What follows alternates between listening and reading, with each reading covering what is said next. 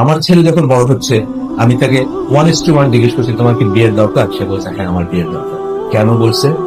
তার গার্লফ্রেন্ড ছিল না, সে সিনেমা দেখতো না, সে গান শুনতো না, সে নাটক দেখতো না, সে গায়ের মানুষদের সাথে আড্ডা মারতো না, বুঝছেন না? তার কোনো এন্টারটেনমেন্টই ছিল না জীবন। সে আমাকে সরাসরি বলছে যে হ্যাঁ তার।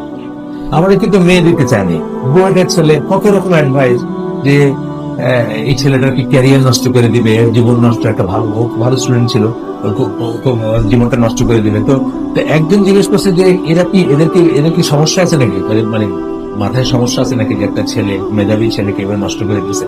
তখন ফার্সেল খুব রাগ করে বলছে যে ওনারা ভবিষ্যৎকালে বিশ্বাস করেন। আসলে কিন্তু মুসলমান ভবিষ্যৎ নিয়ে খুব একটা চিন্তা করবেন না। আপনি জানেন কালকে সকালে আপনি যে আছেন, আপনি কি শিওর? আপনি শিওর না। সুতরাং মানুষ ফসল ওনাদেরকে বলছে, আমাদের কথা বলছে যে ওনারা ভবিষ্যৎকালে বিশ্বাস করেন না। ওনারা বর্তমান নিয়ে বসবাস করেন, ভবিষ্যতে কিভাবে এটা নিয়ে ওরা চিন্তা করেন। আসলে ব্যাপারটাই তাই যে আল্লাহর উপর যে তাওয়াক্কুল থাকবে, সে যদি অন্যায় কিছু না করে, মোটামুটি ভাবে আল্লাহর পথে থাকে, তার ভবিষ্যতে এত চিন্তা কি আছে, তাই না?